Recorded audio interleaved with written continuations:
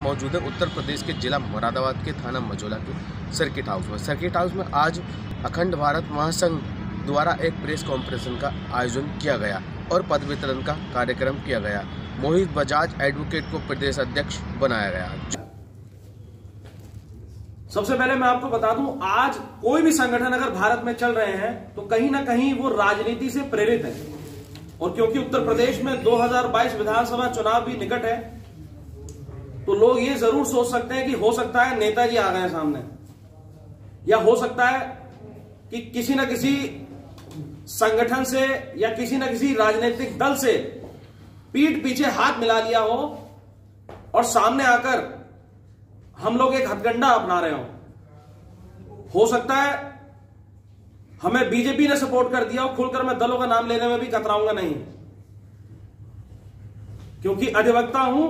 पता है भारत में सर्वप्रथम कौन है, सिर्फ संविधान।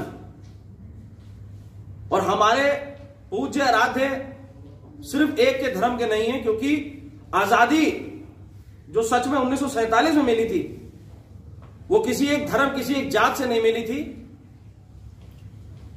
उसमें हमारे जो जितने शहीद हुए, चाहे 65 की लड़ाई रही हो आजादी के बाद की, चाहे कोई भी कुछ भी हो, आजादी के पहले का अंग्रेजों के खिलाफ भी आवाज उठाने की बात हो, तो उसमें हमारे सर्वधर्म ने एक साथ आवाज उठाई है। चाहे हमारे मुस्लिम भाई हो, हिंदू भाई हो, कृष्ण हो, जैन हो, कोई भी किसी भी धर्म का हो। और भारत में यही सबसे अच्छी बात है कि हम लोग विभिन्न धर्म के होने के बावजूद भी एक हॉल के एक कमरे के अंदर एक दूसरे के साथ बैठ के चाय पीते हैं। इसको आज कुछ ना कुछ कोई ना कोई संगठन धर्म के नाम पे विभाजित करने की पूरी कोशिश कर रहे हैं। हमें समय रहते सतर्क होना बहुत जरूरी है, नहीं तो कोई बताएगा कि मैं हिंदू हूं, कोई मुस्लिम, कोई सिख बताएगा तो कोई ईसाई बताएगा, लेकिन साथ में चलने की राह कोई नहीं बताएगा। आप सभी लोग को मैं एक बात बताना चाहता हूं कि हम लोगों ने अपने आराध्य संगठन के पूजनीय भारत रत्न डॉक्टर भीमराव अंबेडकर जी को भी माना। उसके सिवाय हम लोगों ने चाहे भगत सिंह हो, चाहे मौलाना अब्दुल कलाम आजाद हो, चाहे एपीजे अब्दुल कलाम हो, इसके अतिरिक्त शिवाजी से लेके महाराणा प्रताप हो, सभी लोगों से हमें सीखना है। जरूरी नहीं है कि सिर्फ एक ने ही हमको आजादी दिलाई है या एक नहीं हमारे भारत के लिए बहुत कुछ किया है। इसके अतिरिक्त मैं आप लोगों को बता दूं, आजकल जो 21वीं शताब्दी चल रही है, इसमें digital media, electronic media, social media, इनका बहुत बड़ा रोल है। क्योंकि मैं खुद एक अधिवक्ता हूं और बड़ा हर्ष का विषय है कि भारत में साइबर क्राइम में डील करने वाला कोई अधिवक्ता नहीं है इस समय जो लीगली तरीके से प्रॉपरली डील करता हो। तो मैं चाहूंगा भारत को, मैं भी हमारे भारत रत्न डॉक्टर भीमराव अंबेडकर जी के करकमलों पे चलकर आईटी के कई ऐसी धाराएं, कई ऐसी चीजें हैं जिसमें सुधार की जरूरत है। आज किसी बहन बेटी की इज्जत उसके घर में जाके या उसको उठा के नहीं लूटी जाती, फेसबुक पे उसकी फर्जी आईडी बना के लूटी जाती है। आज किसी के साथ अपराध, उसकी जेब में हाथ डाल के पैसा निकाला नहीं जाता, ना ही उसके घर में चाकू और बंदूक की नोक पे उसको लूटा जाता है। आज मोबाइल के माध्यम से उसे लूट लिया जाता है, एक ओटीपी उसको लूट लेता है। तो जो समय के अनुसार बदलाव है, भारत को खंडित होने से बचाने के लिए हमें ये तकनीकी उपकरणों को अपनाना पड़ेगा और समय रहते इन सभी चीजों को हमें स्वीकारना होगा।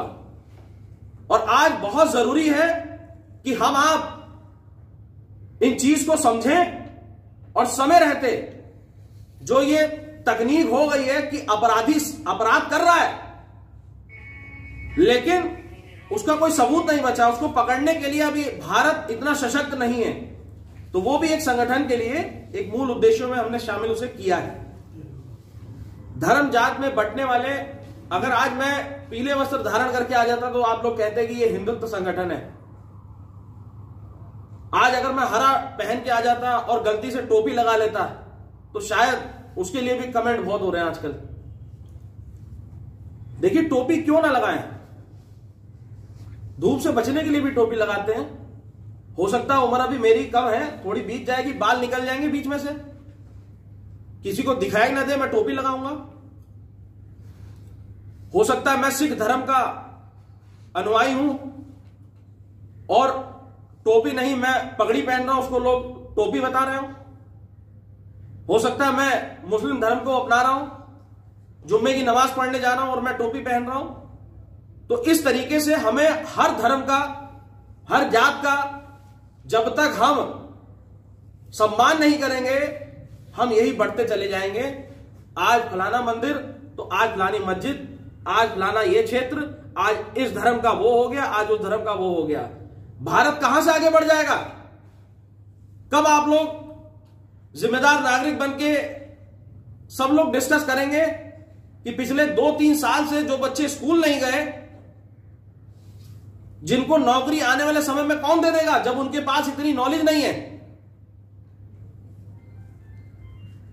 कौन ये चीज बोलेगा? हम और आपको मिलजुल कर इस संगठन के माध्यम से खुलकर सामने आना होगा और किसी भी राजनीतिक दल से साफ तौर पर बता दूं, हमें राजनीति नहीं करनी है और हमें सिर्फ समाज की नीति ही करनी है। समाज के लिए दिन रात, अगर रात के अंधेरे में भी अगर कोई बहन बेटी के साथ कोई अन्याय होता है तो हमारा संगठन खुलेआम उसके साथ खड़ा होगा। फिर चाहे विधायक के खिलाफ खड़ा होना हो, फिर चाहे सांसद के खिलाफ खड़ा होना हो या किसी अधिकारी के खिलाफ खड़ा होना हो। साफ तौर पर हमारा संगठन सिर्फ प्रदेश की नहीं, देश की राजनीति यानी राष्ट्रीय स्तर पर हमारे माननीय राष्ट्रीय अध्यक्ष महोदय धर्मेंद्र कुमार विराट जी, उनके नेतृत्व में करेगा। और मुझे पूरा भरोसा है कि जब कोई संगठन निडरता के साथ खुलेआम कहेगा, किसी सरकार की अच्छाई को बताने में भी पीछे नहीं हटेगा और किसी सरकार की अगर आलोचना होगी तो डरेगा नहीं।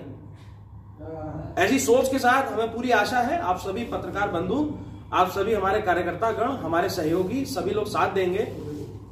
आप लोगों का कीमती समय देने के लिए एक बार पुनः मैं आप लोगों को धन्यवाद करना चाहूंगा और यही आशा करूंगा कि आप सभी लोग संगठन के प्रति अपनी सच्ची लगन तो दिखाएं, लेकिन हमारा संगठन भारत का प्रत्येक नागरिक है। हमारा संगठन भारत की इज्जत और मान मर्यादा और उसको आगे बढ़ाने के लिए जो भी कार्य करने होंगे आप सभी लोग करिए और आप सब लोगों के कोई भी इनपुट्स हैं उनको भी हम लोग स्वीकारेंगे। बहुत बहुत आप लोगों का धन्यवाद। जय हिंद, जय भारत।